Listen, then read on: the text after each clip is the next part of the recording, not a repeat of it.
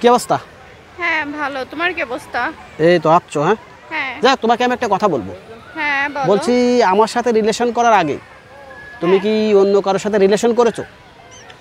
Sorry, আজকে না আমি সাথে করে ডায়েরি নিয়ে আসিনি তো। আচ্ছা আমি বাসায় গিয়ে কালকে তোমার ডায়েরি দেখে বলি।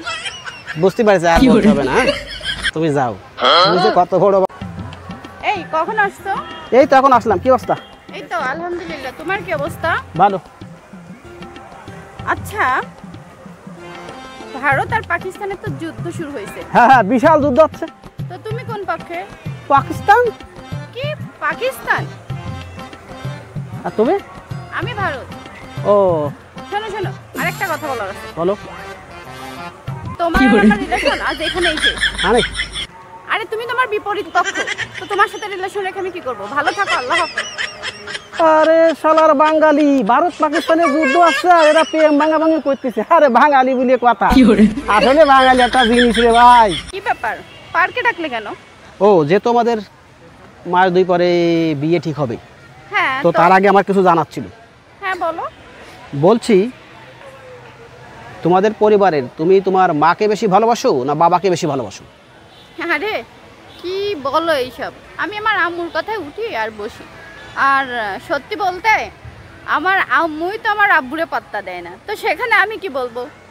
যাই হোক, তোমার সাথে আমার বিয়েটা হচ্ছে না। কেন? আসলে সংসার জীবন অনেক কঠিন জীবন।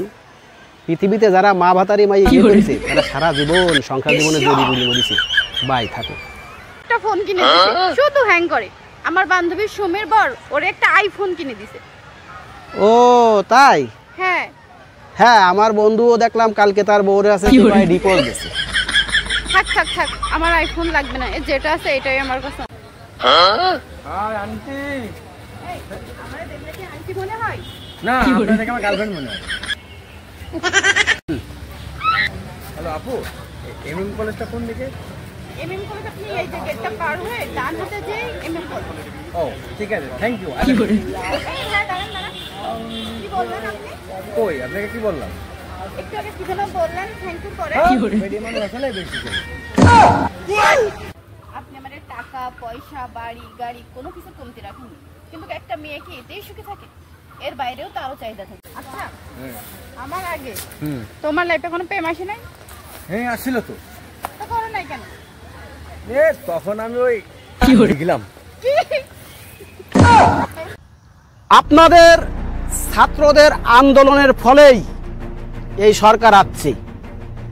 দেশ পরিচালনা করার সুযোগ আপনারাই আমাদেরকে দিয়েছেন। আপনাদের সকল দাবি আমরা অক্ষরে অক্ষরে মেনে নেওয়ার চেষ্টা করব। তো আপনারা শান্ত হন।